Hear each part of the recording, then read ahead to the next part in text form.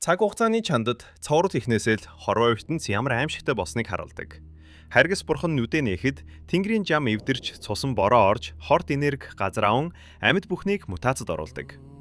Энэ сүрлийн донд шүүчин амьд үлдэхийн тулд балгас болсон эртний хотоор хоол, зүсэг хайж явна.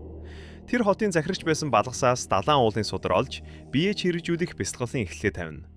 Үүнээс ч чухсан тэр эвдэрхийн нүүр нүд нээгтэд унсан нил ягаан болдрыг олж тэрний шах эдгэж сүнслэг эрчмийн нөхдөг хосгүй эрдэн болохыг мэддэг.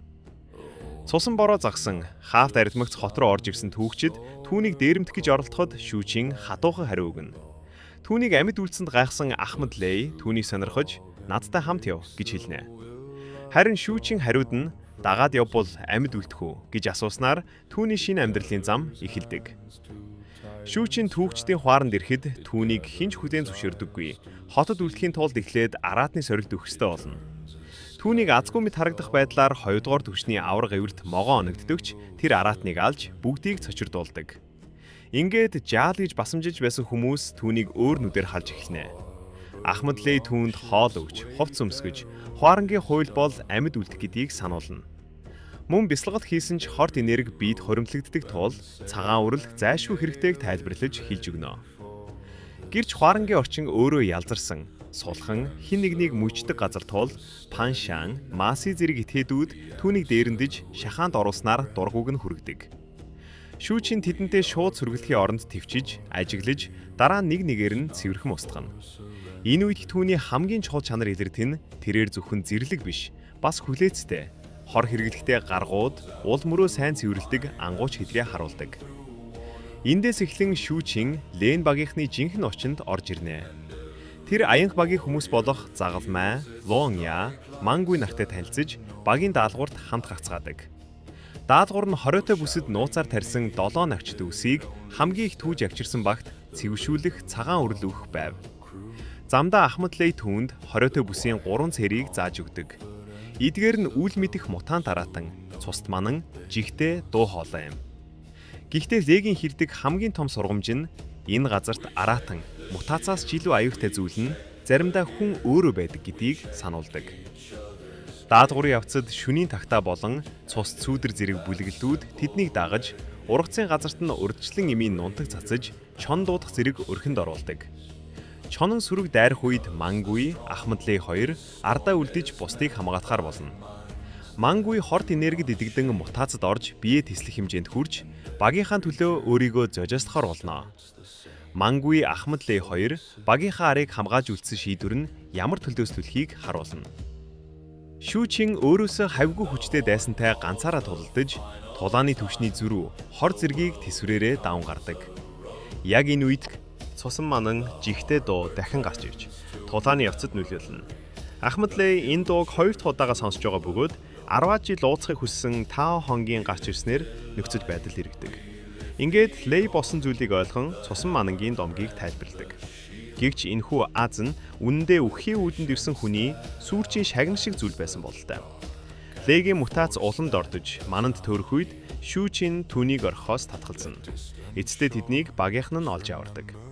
Ман гүү амиа өгч харин цусны сүлдэрт баг бараг сүрч энэ үйл явдал дууслаа.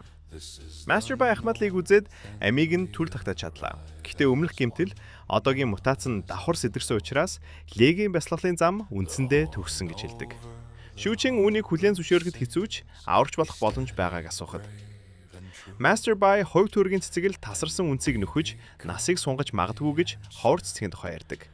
Тэр цэцгийг олохын тулд олон хүн хориотой бүсэд орж сургаггүй алга болдогч шүүчин шантралгүй хайсаар байлаа. Харин Лей шүүчинд мэдлэг дутагдж байгааг нь ойлгон мастербайт хийснээр шүүчин эмийн ургамал, хор тайлах арга, үхтэл оронгоо зэрэг алхимийн эрдэмт сурч эхэлнэ. Энэ нь шүүчинд хүч чадвал зөвхөн булчин, хор хоёроор зогсохгүй. Мэдлэг бол хүчим гэдгийг ойлгож эхлэв. Тэрээр хориотой бүсэд дахин орж хар сүдрээ удирдах сурах явцдаа эртний сүмийн тай цангийн үлдээсэн элдний өвцтэй нүүр тулна. Элдний өвцнээс ойлголт ухаарл авснаар бясалгалан төвшин ахиж өөрийн амьдралын зорилгоо зөвхөн амьд гарахын төлөөх тэмцэл биш, хүчихийг нэгэн болох ёстойг ухаардаг. Дараа нь шөнийн тагтаа бүлгийн цуваа, хуарангийн эзэн, алмазан бүлгэм 3 нууцаар нийлж Лейг барьж аваад яв. Лейтэй үс сансан шалтгаан нь Лей шөнийн тагтаа бүлгийн ахтагчийн сүйт бүсгүй та хонгтой холбоотой байсан бөгөөд түүнийг бараг л алж өөрөө ч эрдэм чадлаа алдах хэмжээний төлөөс төлсөн байдаг. Өнгөрсний өшөө хорсол иргэн ирж тэр итгээд Хейг төдийгүй шүү чинийг сэтгэл зүй хөвдөж самруулахыг оролдоно. Гэвч шүү чин Тэг аврахын занганд орж байгаагаас өөрчхөө гэдгийг мэдсээр байж ухарсангүй. Тэр замдаа дайснуудыг нэг нэгээр нь түүж, хорийг нь тайлж, ахин хордуулж, сүүдрээ ашиглан урдаас таамаглахын аргагүй хүч гаргаж тулаан өрнүүлээ. Өсөлдөгчд нь түүнийг гаднаасаа дөнгөж 5, 6 дугаар шатны жаал гэж бодож байсан ч тулааны явцад түүний цус, хий, сүүдрээ зэрэг ашиглаж чаддаг аимшигт нэгэн гэдгийг ойлгодог. Шүү чин тулаанаа дуусгаж Лег аварсан ч түүний биеийг эргүүж авчрах нь боломжгүй зүйл болжээ. Харин хуарангийн хүмүүс шүү чинээс айж эхэлдэг. Учир нь тэр хуарангийн эзэн сүн овогт хоёрыг алж дээр нь гатаа хорт хийсэн хүүтэн цус дангууч болон хувирсан байлаа. Загал май Зуан Я хоёрч түүнийг дагаж явхаас эмээх боловч шүү чин тэдэнд ол байна би гэж өөрөө бүхнийг үүрнэ. Харин Легийн сүүчийн мөч бүхнийг өөрчилнө. Тэр арх уунгаа үхэл аимшигтай биш, харин үхэх мөчөд дэргэд таних хүнгүй байх нь аимшигтай гэж хэлдэг. Шүү чин түүний хажууд байна. Хей түүнд миний өмнөөс энэ ертөнцийг сайн харж яваарай хэмээн захина. Дараагийн эсгүүдэд Хей шүүчинд хоол хийхийг зааж, хувцас зузааж өмсөхийг үглэж, амьдрхийн дулаан мэдрэмж өгсөн мөчүүдийг сануулсан дурсамжууд гарч, эцэст нь шүүчийн хоол барин Ахмад Лей амар тайван нойрстой гэж салах ёс хийдэг. Тэг авцсны дараа шүүчийн буцаад л ганцаардсан нэгэн боллоо. Гэхдээ энэ нь сул дорой болж байгаа хэрэг биш, харин илүү тооцоотой аимшигтай болгож хувиргадаг. Алмазан бүлэгмийн үндэслэгч дотооддоо болж байгаа зүйлийг ил тод шүүмжилж, ийм хүнтэй нэг бол бүрэн илдэр, үгүй бол бүх хүчээрээ нэгмсэн устдаг гэж хэлдэг нь шүүчиний хэр аюултайг тодорхой харуулна. Шүүчин мастер байн үлдээсэн алхимийн мэдлэгээр им найруулж, хорт энергийг өөртөө татдаг хар үрэл гарган авч сүүдрээ улам бүр боловсруулна. Алмазан бүлэгмийн 9 дугаар шатны хоёр ахлагч түүнийг мөрдөхөөр болж шүүчинийг олж ирнэ. Шүүчин шууд тулдахын оронд хорт энергийг сүүдэртээ шингээж бүрэн боловсруулж хүчээ нэмэгдүүлдэг. Дараа нь харин ч зүхдахгүй эргэн өшөө авахар шийдэж алмазан бүлэгмийн үүр рүү дайрна. Хаалгыг нэвдэж тай цааны элдний өвдөс сүүдрийн хүч хоёроо хослуулснаар алмазан бүлгийн алмазан бамбайг хүртэл ганхуулна. Энэ мөчөд дайснууд нь түүнийг жирийн нэг түүхч биш, бүр тэнгэрийн сонгосон нэгэн байж хэмээн цочирддаг.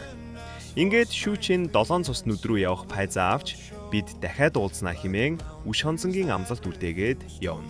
Эндээс эхлэн шүүчин парангийн жаалаас 7 цус нүд бүлэгмийн шав бодох замд орон амьдралынхаа дараагийн үеийг эхлүүлдэг. Энэ удаагийн спойлер товчлоор цаг хугацааны чандад донхоод цувралын 1-8 дугаар ангийг хүргэлээ.